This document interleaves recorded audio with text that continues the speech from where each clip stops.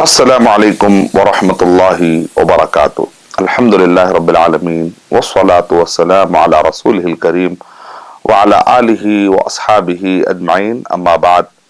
میں سب سے پہلے اللہ سبحانہ و تعالیٰ کا شکر بجا لاتا ہوں، بے پایا درود و سلامتی ہو محمد مصطفیٰ صلی اللہ علیہ وسلم پر۔ محترم ناظرین کرام، آج میں آپ کے سامنے 13واں پارہ 13th جز آپ کے سامنے کچھ معلومات پیش کرنے کی میں سعادت حاصل کر رہا ہوں۔ 13واں پارہ اگر آپ پڑھیں گے تو آپ کو آیت نمبر 53 سورہ یوسف کے آیت نمبر 53 سے 111 تک کچھ آیتیں ملیں گی، اور اسی طریقے سے اس کے بعد سورہ رعد آتا ہے۔ سورہ رعد سورہ نمبر 13 ہے، آیت نمبر 42 یعنی کہ 42 آیت والی سورت ہے، اور اس کے بعد سورہ ابراہیم، سورہ رات کے بعد سورہ ابراہیم سورہ نمبر 14 ہے، جو آیت نمبر لگ بھگ 52 آیتیں اس کے اندر پائی جاتی ہیں۔ گویا کہ 3 سورتوں کے کچھ حصے آپ کو ملیں گے، ایک سورہ یوسف کا کچھ حصہ، سورہ رات کا ایک مکمل حصہ، اور سورہ ابراہیم کا ایک مکمل حصہ، اور پھر ایک آیت آپ کو ملے گی سورہ ہجر کی۔ اس طریقے سے 13واں پارہ مکمل ہوتا ہے۔ 13واں پارہ آپ نے پڑھا ہے آج، اور قریب میں آپ نے پڑھا ہے، تو آئیے اس کے اندر کیا خلاصہ ہے سمجھنے کی ہم کوشش کرتے ہیں۔ جو سورہ یوسف کی آیت نمبر 53 سے 111 111 اس کے اندر یوسف علیہ السلام کی زندگی کا بڑا اہم سبق ہمیں ملتا ہے، اور جو پارہ شروع ہوتا ہے وَمَا أُبَرِّئُ نَفْسِي، یعنی کہ میں اپنے نفس، یوسف علیہ السلام اپنے نفس کے بارے میں کہہ رہے ہیں کہ اللہ کی مدد جب تک نہیں آتی ایک آدمی اپنا تزکیہ نہیں کر سکتا، اپنے اچھے اخلاق نہیں بنا سکتا۔ ہم کو دعا سکھائی گئی وَزَكِّهَا وَأَنْتَ خَيْرُ مَنْ زَكَّاهَا، اے اللہ تو ہمارے نفس کو پاک کر دے، کیونکہ تجھ سے بہتر کوئی پاک کرنے والا نہیں ہے۔ تو ایک آدمی کو یہ اترانا نہیں چاہیے کہ میں تقوی والا ہوں، ایک آدمی کو یہ غرور اور گھمنڈ میں نہیں آنا چاہیے کہ میں تقوی والا ہوں، کیونکہ اللہ سبحانہ و تعالی ہے جو نفس کا تزکیہ اور اس کا تقوی اور اسی طریقے سے اس کی پاکی کا اللہ سبحانہ و تعالی انتظام کرتے ہیں۔ یوسف علیہ السلام کی زندگی میں نوجوانوں کے لیے بہت بڑا سبق، ایک یوسف علیہ السلام بھی نوجوان ہے، ایک انسان ہے، اور اس کے بعد ان کو ورغلانے والی، ان کو برائیوں کی طرف لے جانے والی ایک عورت پوری طریقے سے کوشش کرتی ہے کہ ان کو بھٹکا دے، لیکن یوسف علیہ السلام کیسا ان کا ایمان، کیسا ان کا تقوی ہے کہ وہ ٹس سے مس نہیں ہوتے ہیں، اور اتنی بڑی آزمائش میں سے الحمدللہ کامیاب ہو کر نکل جاتے ہیں۔ تو نوجوانوں کے لیے بڑا سبق یہ ہے کہ اپنے نفس پر کنٹرول کریں، برائیوں کے قریب نہ جائیں، اور اتنی اچھی تربیت کر لیں۔ اور یہ کب ہوتا ہے؟ توحید، رسالت، آخرت، اللہ ہمیں دیکھ رہا ہے، اسی کے ہم کو عبادت کرنی ہے، اور آخرت میں جو کچھ بھی ہم گناہ کریں گے اس کا پھر بدلہ ملے گا، اچھائی کریں گے تو اس کا بدلہ ملے گا۔ آخرت کا تصور اگر زندہ ہو، اگر اللہ تعالی ہمیں دیکھ رہے ہیں، یہ مراقبہ شرعیہ ہو، اور محمد صلی اللہ علیہ وسلم کی زندگی ہمارے لیے ہدایت کے لیے کافی ہے، اگر یہ تصور ہو توحید، رسالت، آخرت، اگر اس بنیاد پر تربیت ہو تو آدمی کے لیے دین پر چلنا آسان ہو جاتا ہے۔ یوسف علیہ السلام کی زندگی کا مختصر خاکہ آپ یہ دیکھیں گے کہ والد صاحب کے گھر میں تھے، بڑے عزت میں تھے، پھر اس کے بعد ڈاؤن فال آیا، کنویں میں پھینک دیا گیا، ان کو حسد کی وجہ سے کنویں میں لے جا کر ڈال دیا گیا۔ پھر اس کے بعد عزیز مصر ایک بادشاہ تھا، ان کے ہاتھ کو لگتے ہیں، بعد میں جا کر تو وہ ایک بڑے دربار میں، بڑے شاہی انداز میں ان کا براٹ اپ ہوتا ہے۔ پھر اس کے بعد ایک خاتون کے حسد کی وجہ سے، جلن کی وجہ سے، یا تہمت ڈال دینے کی وجہ سے آخر میں پھر ان کو جیل میں ڈال دیا جاتا ہے۔ پھر اس کے بعد اللہ تعالیٰ نے ان کو چونکہ خواب کی تعبیر کی طاقت دی تھی، وہ خواب کی تعبیر کچھ لوگ سنتے ہیں، اور خود بادشاہ کو بھی ایک وقت پر خواب کی تعبیر لینے کی ضرورت پڑ گئی، یہاں تک کہ یوسف علیہ السلام سے متاثر ہوتے یوسف علیہ السلام نے ایسا حل بتایا کہ دیکھو 7 ایسے سال آنے والے ہیں جس میں قحط ہی قحط، ڈراٹ ہی ڈراٹ ہونے والا ہے، پھر اس کے بعد 7 ایسے سال آئیں گے یعنی کہ پہلے بہت ہی بہترین حالات آئیں گے جس میں اناج اگ سکتا ہے، لیکن بعد میں بہترین پھر خطرناک حالات آنے والے جس کی وجہ سے ڈراٹ ہو سکتا ہے۔ تو مجھے معلوم ہے کہ کس طریقے سے 7 سالوں کے اندر جو بالیاں ہوتی ہیں، جو اناج کی بالیاں ہوتی ہیں، ان کو اسی میں رکھ کر کس طریقے سے اناج کو محفوظ کیا جائے، یہ مجھے معلوم ہے۔ تو انہوں نے کہا انی حفیظ علیم، یہاں تک کہ انہوں نے کہا کہ اے بادشاہ سلامت، آپ مجھے، اے بادشاہ مجھے آپ اس کا اجعلنی علی خزائن الارض، یہ خزانے جو نکل رہے ہیں اس پر مجھے، یعنی کہ جیسے آپ کہتے ہیں منسٹر آف منرلز کا مجھے جو ہے منسٹر بنا دیجئے، میں ان سب چیزوں کو اچھی طریقے سے سنبھال لوں گا، مجھے معلوم ہے کہ کس طریقے سے اگانا اور کس طریقے سے حفاظت کرنا ہے، اس کا مجھے اللہ تعالیٰ نے علم دیا ہے۔ تو بہرحال اس طریقے سے اللہ تعالیٰ نے ان کو گدی عطا کی۔ تو اس طریقے سے انسان کے زندگی میں ڈاؤن فال آتے رہتے ہیں، کبھی حالات اچھے ہوتے ہیں، کبھی حالات برے ہوتے ہیں۔ تو یوسف علیہ السلام کی زندگی پڑھنے سے ایک آدمی کو ہمت ملتی ہے کہ جب وہ آدمی اللہ پر توکل کرتا ہے تو ہر مصیبت سے باہر نکل سکتا ہے، اور ایک بڑے عہدے کو پانا ہے تو یہ بعض اوقات کنویں سے گزرنا تجربہ ہو جاتا ہے، مصیبتوں میں جانا تجربہ ہو جاتا ہے۔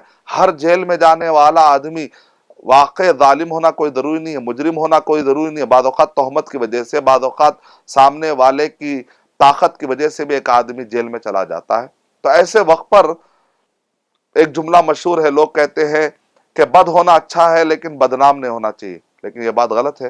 یوسف علیہ السلام کو معلوم تھا کہ عورت دھمکی دے رہی اور کہا کہ اگر یہ میری بات نہیں سنے گا تو میں اس کو جیل میں ڈلوا دوں گی، تو انہوں نے وہ بدنام ہونا انہوں نے پسند کیا، لیکن اللہ کی نافرمانی کو انہوں نے پسند نہیں کیا۔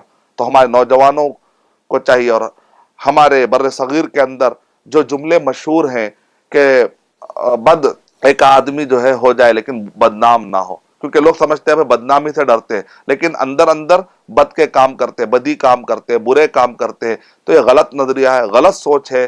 سورہ یونس سورہ نمبر 10، سورہ ہود سورہ نمبر 11 اور سورہ یوسف سورہ نمبر 12 ہے۔ یہ صورتیں اس وقت پر نازل ہوئی جس کو کہتے ہیں اواخر مکہ، یعنی نبی اکرم صلی اللہ علیہ وسلم مکے کی زندگی میں اس دور میں تھے جہاں پر نبی اکرم صلی اللہ علیہ وسلم پر اٹیک بڑھتے جا رہے تھے، یہ اس وقت کی صورتیں۔ تو یہاں پر نبی اکرم صلی اللہ علیہ وسلم کو تسلی دینے کے لیے سورہ یونس، سورہ ہود علیہ السلام، سورہ ہود کے اندر بھی بہت نبیوں کے واقعات ہیں، سورہ یونس کے اندر بھی بہت سارے نبیوں کے واقعات ہیں، سورہ یوسف تو ایسا لگتا ہے کہ نبی اکرم صلی اللہ علیہ وسلم کی زندگی سے بڑی مماثلت ہے۔ جس طریقے سے یوسف علیہ السلام کو ان کے اپنوں نے ان کے زمین سے باہر کر دیا، دور کر دیا، نبی اکرم صلی اللہ علیہ وسلم کو بھی ان کے وہ کفار قریش، خود قبیلے والوں نے نبی اکرم صلی اللہ علیہ وسلم کو اتنی تکلیفیں دی، یہاں تک کہ نبی اکرم صلی اللہ علیہ وسلم کو اللہ کے حکم سے ہجرت کرنا پڑا۔ یعنی کہ اس کے بعد پھر یہ ہوا کہ ایک وقت ایسا آیا کہ پھر وہ بھائی آئے اور وہ نادم ہوئے، یہاں تک کہ یوسف علیہ السلام نے کہا کہ لا تثریب علیکم اليوم، جاؤ آج تم پر کوئی پکڑ نہیں ہے۔ تو نبی اکرم صلی اللہ علیہ وسلم کے ساتھ بھی ایسا ہی ہوا کہ فتح مکہ کے موقع پر قریش نے دیکھا کہ نبی اکرم صلی اللہ علیہ وسلم کی طاقت کے سامنے، اب ان کے فوج کے سامنے کچھ نہیں کر سکتے، وہ نادم ہوئے تھے۔ نبی اکرم صلی اللہ علیہ وسلم نے ان سے کہا کہ جاؤ جاؤ میں نے بھی تم کو معاف کر دیا، میں نے بھی تم کو معاف کر دیا۔ بڑی مماثلت ہے۔ تو گویا کہ نبی اکرم صلی اللہ علیہ وسلم کی زندگی میں یہ صورت نازل ہونا ایک تو تسلی تھی، ساتھ ساتھ میں کفار قریش کو دھمکی بھی تھی، دیکھو تم آج مکے میں ستا رہے ہو لیکن ایک وقت آنے والا ہے محمد صلی اللہ علیہ وسلم ویسے ہی غالب ہو جائیں گے جیسا کہ یوسف علیہ السلام غالب ہوئے۔ لیکن جن لوگ جو عقل مند تھے وہ اشارہ لیے، وہ آیتوں کو، نشانیوں کو سمجھتے ہیں، جو عقل مند نہیں ہوتے ہیں وہ نشانیوں سے سبق نہیں لیتے۔ اور سورہ یوسف میں آخری میں آیت نمبر 108 میں نبیوں سے کیا ہم کو سبق لینا ہے وہ بتایا گیا۔ بسم اللہ الرحمن الرحیم، قل هذه سبيلي أدعو إلى الله على بصيرة أنا ومن اتبعني سبحان الله عما يشركون۔ کہ نبی اکرم صلی اللہ علیہ وسلم کہہ رہے ہیں کہ میرا سیدھا راستہ ہے، میں اور میرے متبعین اس سیدھے راستے پر جا رہے ہیں، جو بھی میری اتباع کرنا چاہ رہے ہیں ان کو سیدھے راستے پر آنا پڑے. اعلیٰ بصیرتن، بصیرت کی بنیاد پر، یعنی کہ علم کی بنیاد پر آدمی کو ہدایت ملتی ہے. تو علم کی بنیاد پر دعوت کا کام کرنا چاہیے، علم کی بنیاد پر آدمی کو دین کے کام پر چلنا چاہیے، سنا سنی یا دیکھا دیکھی نہیں بلکہ علم کی بنیاد پر. اس طریقے سے سورہ یوسف سے ہمیں سبق ملتا ہے کہ سارے نبیوں کو اللہ تعالیٰ نے بصیرت عطا کی تھی، تو اسی راستے پر چلنے میں خیر ہے، اسی راستے پہ دعوت کا کام ہوگا. پھر اس کے بعد سورہ رعد. سورہ رعد شروع ہوتا ہے، تقریباً اس سے پہلے جو سورتیں تھی وہ تھی الف لام را، لیکن یہاں پر سورہ رعد کیسا شروع ہو رہا ہے؟ الف لام میم را تلک آیات الکتاب والذی انزل الیک من ربک الحق ولكن اکثر الناس لا يؤمنون. اللہ الذي رفع السماوات بغير عمد ترونها ثم استوى على العرش وسخر الشمس والقمر. اللہ تعالیٰ کرے دیکھو آسمان کی طرف دیکھو. سورہ رعد میں 6 الگ الگ طریقے سے اللہ نے مشاہد دکھائے، ایسے ایسے مناظر، ایسے ایسے نقشے کھینچے گئے ہیں کہ ایک آدمی اگر غور و فکر کرے، تدبر کرے. سورہ یونس میں نبیوں کے اور تاریخی واقعات بتائے گئے، ہلاک ہونے والے، نجات پانے والوں کے واقعات بتائے گئے. سورہ ہود کے اندر بھی کامیاب لوگ، ناکام لوگ، یعنی تاریخی پہلو ہے. سورہ یوسف میں بھی تاریخی پہلو ہے. اس کے بعد سورہ رعد ہے، رعد کے بعد سورہ ابراہیم ہے. سورہ ابراہیم میں پھر تاریخی پہلو ہے، لیکن درمیان میں سورہ رعد میں 6 ایسی نشانیاں جو تاریخ کی نہیں کھینچی گئی بلکہ جو نظر آتی انسان کو. اس سے پہلے کی صورتوں میں وہ جو ہمیں آج ہم کو نظر نہیں آئیں گی کہ یوسف علیہ السلام ہو، ابراہیم علیہ السلام ہو، ہود علیہ السلام کے زمانے میں، یونس علیہ السلام کے زمانے میں ہم نے تو دیکھا نہیں، لیکن تاریخی واقعات ہے، سچے واقعات ہے. سورہ رعد کے اندر وہ نشانیاں بتائے گی جو ہم رات دن دیکھتے ہیں. دیکھو تو دیکھو آسمان کی طرف، یہ آسمان بغیر پلر کے کیسے ٹھہرا ہوا ہے. یعنی کہ انٹلیکچل اپروچ جس کو کہتے ہیں، یعنی وہ لوگ جو عقل لڑاتے ہیں، وہ لوگ جو کائنات میں گم ہیں، وہ لوگ جو سائنٹیفک ریسرچ کرتے ہیں، وہ لوگ جو ریسرچ کرتے ہیں، ڈسکوریز کرتے ہیں، ان کو ایسے لوگ جو تاریخی پہلو کو ہو سکتا ہے کہ نہ مانے، جو بلیو نہیں کرتے کسی چیز پر، وہ کہتے ہیں کہ جو ہم کو نظر آتا ہے اس چیز پر ہم بلیو کرتے ہیں اور اس پر ریسرچ کرتے ہیں. جیسے کہ نیوٹن نے گرتے ہوئے سیب سے اس نے ثابت کر دیا کہ ایک گریوٹی موجود ہے، حالانکہ گریوٹی نظر نہیں آتی.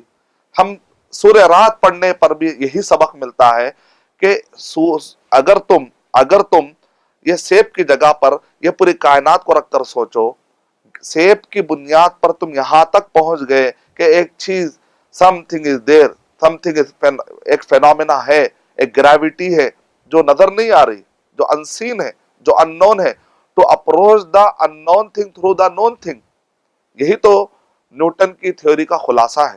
اگر ہم یہ پوری کائنات کو دیکھ کر تھوڑی دیر کے لیے تدبر کریں تو ہمارے پاس بھی یہ بات واضح ہو جائے گی کہ اس کائنات کا پیدا کرنے والا بھی تو کوئی ہوگا.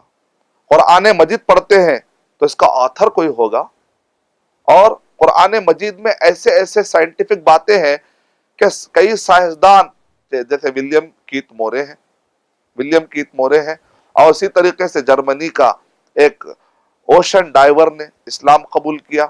اس سے پوچھا گیا کہ آپ نے اسلام قبول کیوں کیا؟ کہا کہ سمندر کے ایسے ایسے باریک نقشے قرآن مجید میں کھینچے گئے ہیں، محمد صلی اللہ علیہ وسلم سمندر میں آپ نے کبھی چھلانگ نہیں لگائی، سمندر کی آپ نے تیراکی نہیں کی، پھر اتنے گہرائی کے ساتھ یہ نقشہ کیسے کھینچا جا سکتا ہے؟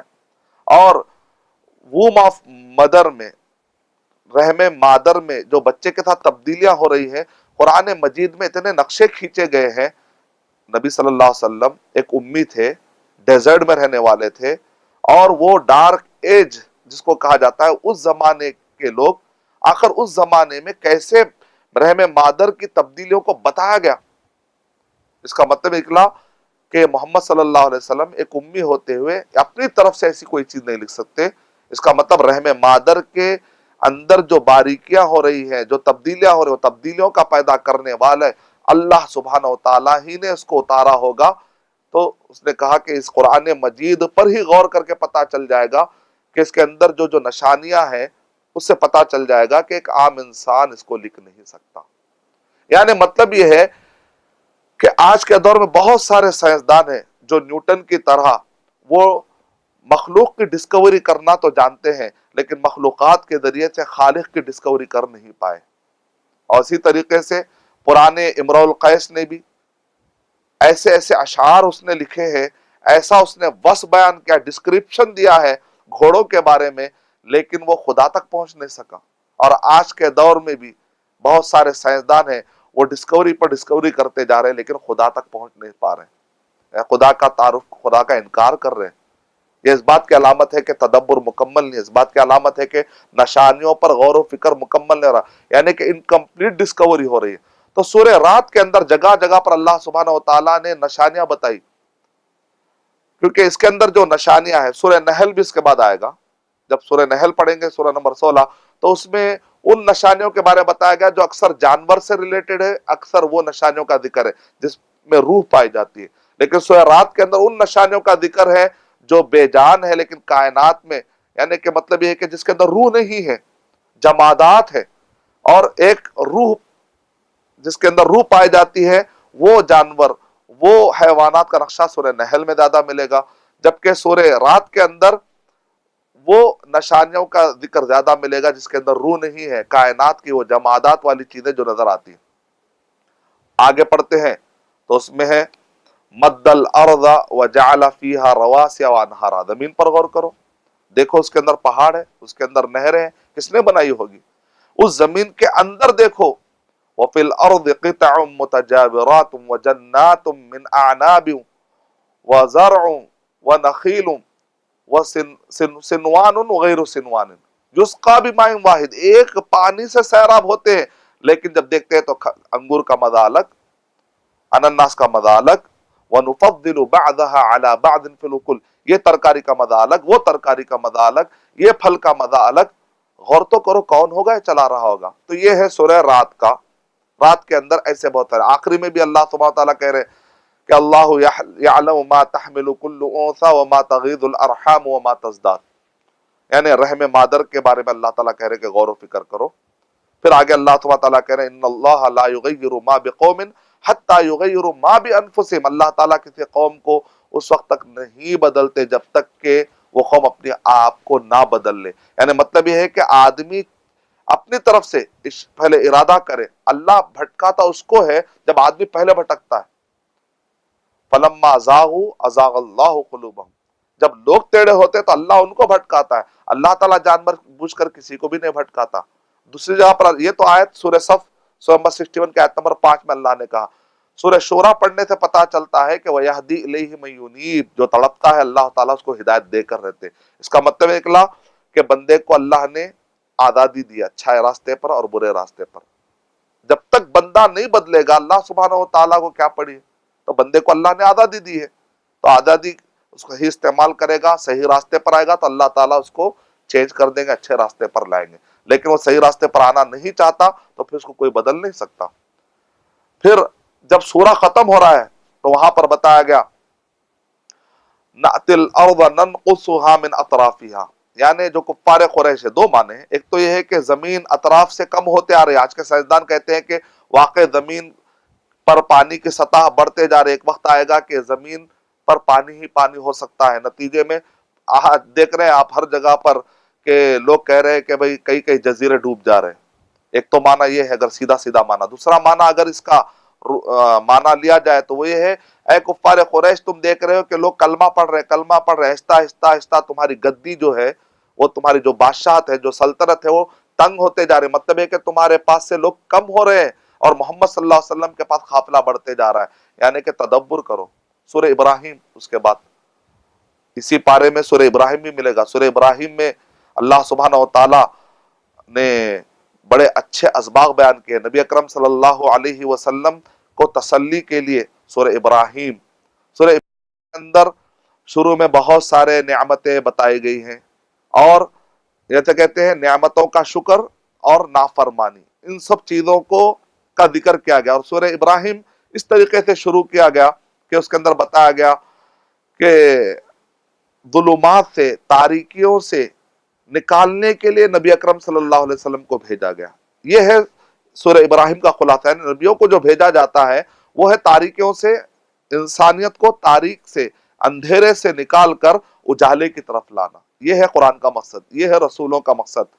لیکن جو لوگ شکر ادا کرتے ہیں اور یہ نعمتوں سے فائدہ اٹھاتے ہیں، ہدایت پہ آ جاتے ہیں، لیکن جو ناشکری کرتے ہیں، توجہ نہیں دیتے، اللہ کی بھیجی ہوئی نشانیوں سے اور نبیوں کے بتلائے راستے سے فائدہ نہیں اٹھاتے، آخری میں نقصان ہو جاتا ہے۔ اور اللہ تعالیٰ کمپیریزن بھی کر کے بتائے، نعمت پانے والے، نعمت کھونے والے، نعمتوں کے ناشکرے کیسا ہوتے ہیں۔ یہاں تک کہ اللہ تعالیٰ نے کلمہ طیبہ اور کلمہ خبیثہ کی بھی اس کے اندر ایک موازنے کی کیفیت پیدا کی بتائی ہے اللہ سبحانہ و تعالیٰ نے، کہ اس کے اندر بتایا گیا أَلَمْ تَرَ كَيْفَ ضَرَبَ اللَّهُ مَثَلًا كَلِمَةً طَيِّبَةً كَشَجَرَةٍ طَيِّبَةٍ كَشَجَرَةٍ طَيِّبَةٍ أصلها ثابت وفرعها في السماء تؤتي أكلها كل حين بإذن ربها ويضرب الله الأمثال للناس لعلهم يتذكرون۔ اچھے کلمے کے لا الہ الا اللہ کی مثال ایسی ہے جیسے کہ اچھا درخت ہے جس کی جڑیں بڑی مضبوط ہے اور جس کے شاخیں آسمان تک پھیلی ہوئی ہے اور وہ ریگولر پھل دینے والا ہے۔ تو یہ ہے کلمہ طیبہ کے فضیلتیں۔ وَمَثَلُ كَلِمَةٍ خَبِيثَةٍ كَشَجَرَةٍ خَبِيثَةٍ اجْتُثَّتْ مِنْ فوق الأرض ما لها من قرار يثبت الله الذين آمنوا بالقول الثابت في الحياة الدنيا وفي الآخرة ويضل الله الظالمين ويفعل الله ما يشاء۔ اللہ تعالیٰ کہہ رہے ہیں جو برا کلمہ ہے، جو لا الہ الا اللہ سے ٹکرانے والے جتنے بھی غیر اللہ کے نام پر جتنے بھی آوازیں لگائی جا رہی ہیں، جتنے بھی شرک ہو رہا ہے، یہ سب غیر اللہ کا ہے۔ اور یہ اس کی مثال کیا ہے؟ ایک خبیث درخت کے جس کو زمین سے اکھاڑ دیا گیا ہے، زمین پر کوئی جگہ نہیں ہے، بس وہ ادھر پڑا ہوا ہے، ادھر پڑا ہوا ہے۔ ایسی مثال ہے، ایسی مثال ہے ہر اس غیر اللہ کی، ہر اس شرک والی بات کی۔ اللہ سبحانہ و تعالی ہمیں توحید کے راستے پر ڈالے۔ اور آگے ابراہیم علیہ السلام کہہ رہے رب اجعل هذا البلد آمنا واجنبني وبني أن نعبد الأصنام۔ دیکھیں ابراہیم علیہ السلام کیسے خوف کھا رہے ہیں، اللہ مجھے اور میری ذریت کو بت پرستی سے بچا۔ دیکھیں دعا کرنا پڑتا ہے۔ آگے اور ایک دعا سکھا رہے ہیں، اور 2-3 آیتوں کیا پڑھتے ہیں؟ رب اجعلنی مقیم الصلاة ومن ذریتی ربنا وتقبل دعا۔ نماز قائم کرنے کے لیے بھی دعا مانگنی پڑتی ہے، ایسے ہی نماز کی توفیق نہیں ملتی۔ اے اللہ تو مجھے اور میری ذریت کو نماز قائم کرنے والا بنا دے۔ اپنے ماں باپ کے لیے بھی دعا کرنے پڑتی ہے، ربنا اغفر لی وَلِوَالِدَيَّ وَلِلْمُؤْمِنِينَ يَوْمَ يَقُومُ الْحِسَابِ۔ ایمان والے ایک دوسرے کے لیے دعائیں کرنی چاہیے، اپنے لیے، اپنے والدین کے لیے اور ایمان والوں کے لیے، کہ قیامت کے دن جب حساب ہوگا، اے اللہ ہمیں تو استقامت دے۔ ایسی دعا کرنی پڑتی ہے۔ ہمیں ابراہیم علیہ السلام کی زندگی سبق مل رہا ہے۔ جس ملک میں آپ رہتے ہیں اس ملک کے لیے، وہاں کے لیے امن و امان کے لیے آپ کو دعا کرنی پڑتی ہے، کیونکہ اگر امن و امان نہیں رہے گا تو آپ دعوت کا کام بھی نہیں کر پائیں گے، دین کا کام بھی نہیں کر پائیں گے، صحیح سے کھانا بھی نہیں کھا پائیں گے۔ تو اس لیے یہ نعمت بہت ضروری ہے۔ اور آخری میں سورہ ابراہیم ختم ہو رہا ہے، قیامت کے مناظر، قیامت کے مشاہد، اللہ سبحانہ و تعالیٰ ایک نقشہ کھینچ رہے ہیں۔ وَلَا تَحْسَبَنَّ اللَّهَ غَافِلًا عَمَّا يَعْمَلُ الظَّالِمُونَ، جو ظلم کرنے والے ہیں وہ یہ نہ سمجھے کہ اللہ تعالیٰ نہیں دیکھ رہے، اللہ تعالیٰ غافل نہیں ہے۔ انما یؤخرہم لیوم تشخص فیہ الابصار، اللہ تعالیٰ کہہ رہے ہیں اللہ تعالیٰ تو ایک ایسے دن کے لیے مہلت دے رہے ہیں جبکہ ذلت کے مارے آنکھیں پتھرا جائیں گی، یہ نگاہیں پتھرا جائیں گی۔ تو لہذا بہت ہی گھمبیر یہ آیتیں پڑھیں گے تو پتہ چلے گا کہ اللہ تعالیٰ نے نقشہ کھینچا ہے اور بتایا ہے کہ دیکھو ظالموں، قیامت میں تمہارا بہت ہی برا حشر ہونے والا ہے۔ نبی اکرم صلی اللہ علیہ وسلم نے کہا الظلم ظلمات یوم القیامہ، ظلم قیامت میں اندھیرا لے کر آئے گا، جب روشنی کی ضرورت ہوگی چلنے کے لیے تو اس وقت پر اندھیرا مل جائے گا۔ تو بہرحال سورہ یوسف کا کچھ حصہ میں نے آپ کے سامنے اس کا کچھ اجمالی خاکہ، کچھ اوور ویو آپ کے سامنے رکھنے کی میں نے کوشش کی، کچھ لیسنز، کچھ سبق سامنے رکھنے کی میں نے کوشش کی۔ پھر اس کے بعد سورہ رات سے 6 قسم کے جو اللہ تعالیٰ نے الگ الگ نشانیاں بتائی ہیں، ان نشانیوں پر غور و فکر کرنے کی میں نے دعوت دی ہے۔ پھر اس کا سورہ ابراہیم میں ابراہیم علیہ السلام کی زندگی سے کچھ سبق ہمارے زندگی کے لیے کیا ہم لے سکتے ہیں، اس پر ہم نے غور کرنے کی کوشش کی۔ اس طریقے سے 13واں پارے کا اوور ویو اور کچھ لیسنز الحمدللہ اختتام پذیر ہوتے ہیں۔ میں اللہ تعالیٰ سے دعا کرتا ہوں کہ اللہ سبحانہ و تعالیٰ مجھے اور آپ سب کو قرآن مجید پر تدبر کرنے کی توفیق عطا فرمائے، آمین۔ وآخر دعوانا الحمدللہ رب العالمین۔ السلام علیکم ورحمۃ اللہ وبرکاتہ۔